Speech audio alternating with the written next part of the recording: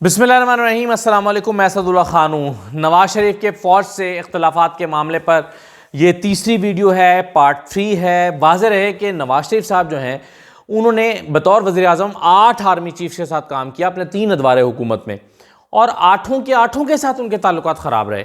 क्या ये महज इत्तफ़ाक़ है कि नवाज शरीफ के हर आर्मी चीफ़ के साथ ताल्लुकात ख़राब रहे? उन आर्मी चीफ़ के साथ भी जिनको खुद नवाज शरीफ ने अपॉइंट किया।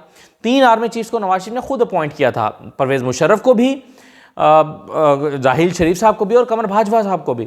लेकिन 2 आर्मी चीफ आसिफ नवाज जंजुआ और वहीद काकड़ को नवाज शरीफ ने अपॉइंट नहीं किया था, सदर ने अपॉइंट किया था, लेकिन नवाज शरीफ के कंसल्टेशन से अपॉइंट हुए थे। अब इस वीडियो में मैं आपको नवाज शरीफ के पहले दौरे हुकूमत में तीसरे आर्मी चीफ यानी जनरल वहीद काकड़ के साथ जो ताल्लुकात ख़राब हुए उसकी वजूहात क्या थी, इसके बारे में मैं आपको बताता हूँ।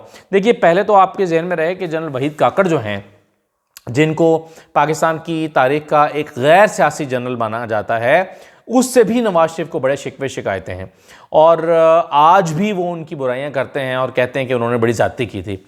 मैं जनरल वहीद काकड़ साहब के अपॉइंटमेंट के हवाले से पहले बता दूं, क्योंकि पिछली वीडियो का ख़त्म इस बात पर हुआ था कि आसिफ नवाज जंजुआ इख्तलाफात शदीद थे नवाज शरीफ के साथ और उसी दौरान उनका इंतकाल हो गया। हार्ट अटैक से वो चल बसे और उसके बाद ज़ाहिर है नए चीफ़ को अपॉइंट करना था।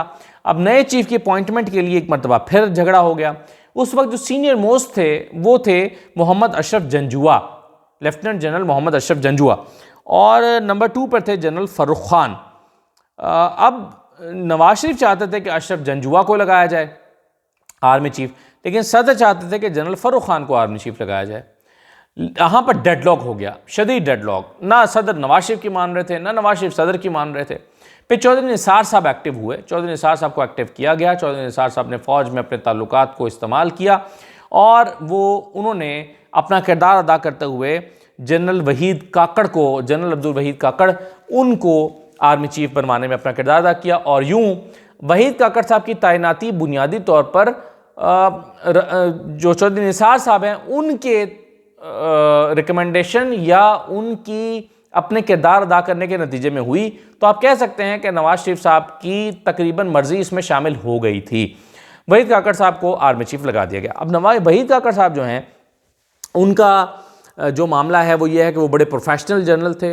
वो सियासी मामलात में कम से कम मुदाखलत करना चाहते थे, हकीकी मानों में न्यूट्रल रहना चाहते थे और न्यूट्रल थे भी एक काफ़ी हद तक, और वो अपने इदारे को बेहतर से बेहतर तौर पर उस्तवार करना चाहते थे। अच्छा, अब नवाज शरीफ साहब जो हैं वो ज़ाहिर है सियासी अंदाज में चीज़ों को देखते थे। वहीद काकड़ साहब ने आते ही जिस बात पर सबसे पहले नवाज शरीफ का इख्तलाफ उनके साथ हुआ वो क्या था? देखिए, मैंने आपको पिछली वीडियो में ये बताया था कि नवाज शरीफ ने जनरल असद दुरानी को हटाकर जनरल जावेद नसीर को DGISI लगा दिया था।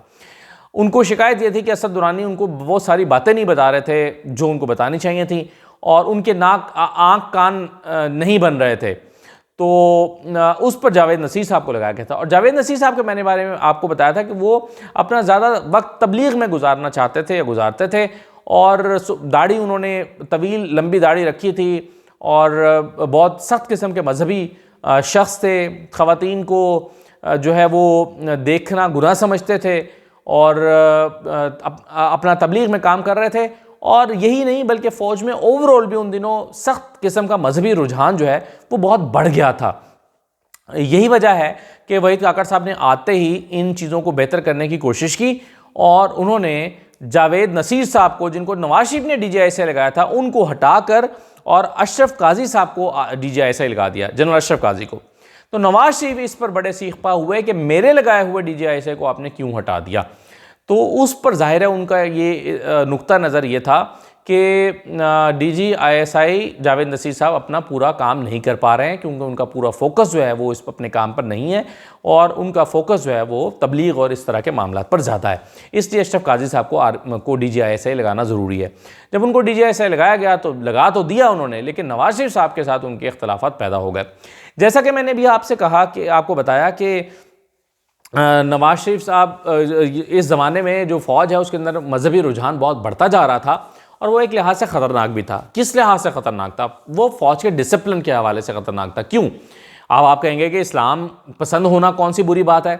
हमारे यहाँ तो ज़ाहिर है फ़ौज और इस्लाम और जिहाद और इस्लामी नज़रिया ये तो फ़ौज की बुनियाद है, तो ये ख़तरनाक क्यों था? ये आपके जहन में सवाल पैदा होगा।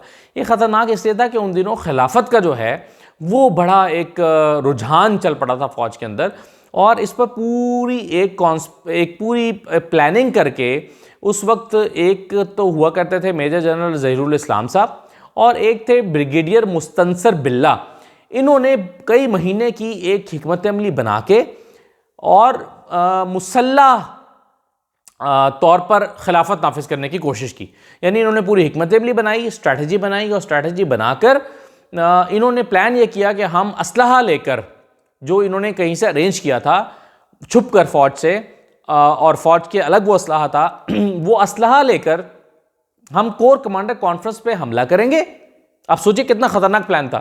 कोर कमांडर कॉन्फ्रेंस पे हमला करके आर्मी चीफ और कई लोगों को जिनको गिरफ्तार किया जा सकेगा गिरफ्तार कर लेंगे, जिनको मारना ज़रूरी होगा उनको मार दिया जाएगा, और ये करके तो फिर जो है वो हम कब्ज़ा कर लेंगे, और कब्ज़ा करते ही खिलाफत नाफिज कर देंगे। तो खिलाफत को नाफिज करने का एक मुसल्लह प्लान बनाया गया था, और यह प्लान जो है वो इत्तफाक से पकड़ा गया था। इस पर बाद में ब्रिगेडियर मुस्तनसर बिल्ला ने एक किताब भी लिख रखी है ऑपरेशन खिलाफत के नाम से। कभी मैं आपके साथ वो शेयर करूंगा, मेरी शायद अंदर वाली लाइब्रेरी में पड़ी हुई है, तो उसका कंटेंट मैं कभी आपसे शेयर करूंगा। पूरी किताब जो है वो बड़ी दिलचस्प है कि किस तरह प्लान किया गया, कैसे वो असलहा अरेंज हुआ, और फिर कैसे पकड़े गए, इत्तफाक से पकड़े गए। अगर वो इत्तफाक से ना पकड़े जाते तो मतलब जब वो असला पकड़ा गया तो उस वक्त पकड़े जाने वालों ने कहा कि ये तो कश्मीर जिहाद के लिए ले जाया जा रहा है, और उनको छोड़ दिया गया, जाने दिया गया। वो तो बाद में फिर इत्तफाक से उनको पकड़ लिया गया, वरना ये ऑपरेशन कामयाब शायद हो जाता या खून खराबा होता। तो ये वजूहात थी कि फ़ौज के अंदर कुछ तब्दीलियाँ लाना बहुत ज़रूरी थी, वरना जो है वो इस तरह का मामला हो सकता था। तो नवाज शरीफ साहब को मगर ये बातें नहीं भाई, और जनरल वहीद काकड़ साहब ने मगर जो है वो फ़ौज के अंदर ये तब्दीलियाँ जो हैं उसके सिलसिले को जारी रखा।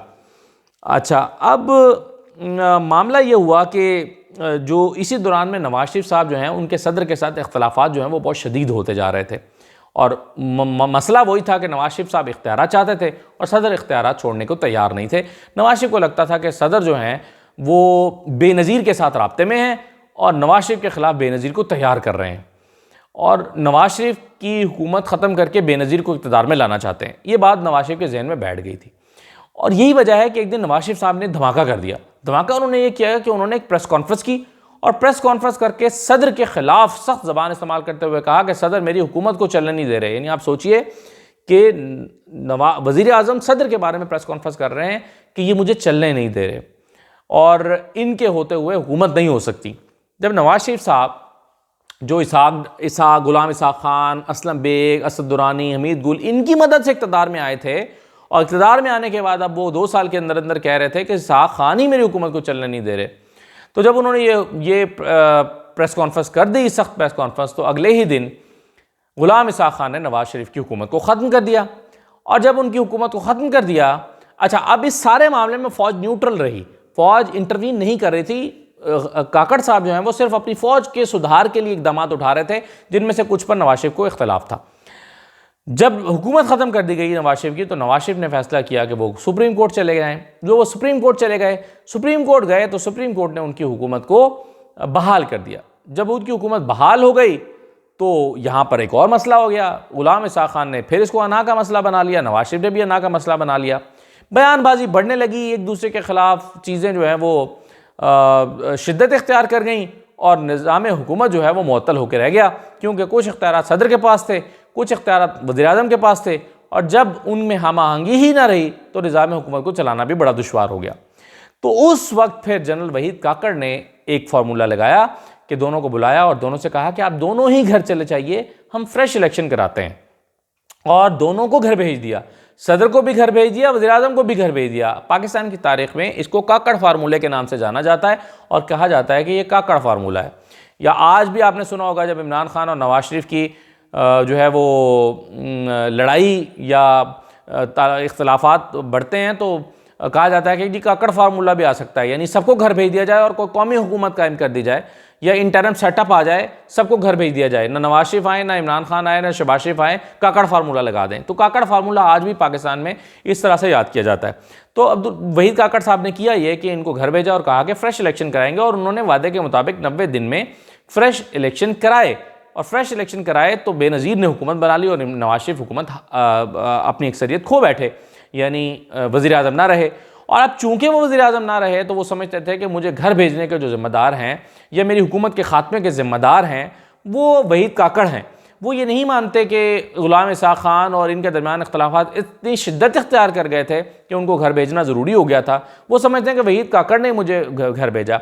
यही वजह है कि नवाज शरीफ ने बहुत सारे इंटरव्यूज़ दिए, ख़ास तौर पर जो सुहेल वड़ाई साहब को गद्दार कौन के नाम से उनकी किताब भी छपी है, जो तवील इंटरव्यू दिया था जिला वतनी के दौरान, उसमें वो जनरल वहीद काकड़ के बारे में बहुत तफसील से बोलते हैं। और फिर उसको लिखा सुहेल वड़ाई साहब ने, वो समझते हैं कि मैंने सिविल सुपरमेसी के लिए काम किया और सिविल सुपरमेसी होनी चाहिए। वहीद काकड़ का क्या काम था कि वो मेरी हुकूमत को ख़त्म करते और घर भेजते, तो उसके बारे में उन्होंने काफ़ी सारे शिकवे शिकायतें जो हैं वो करते चले आते हैं।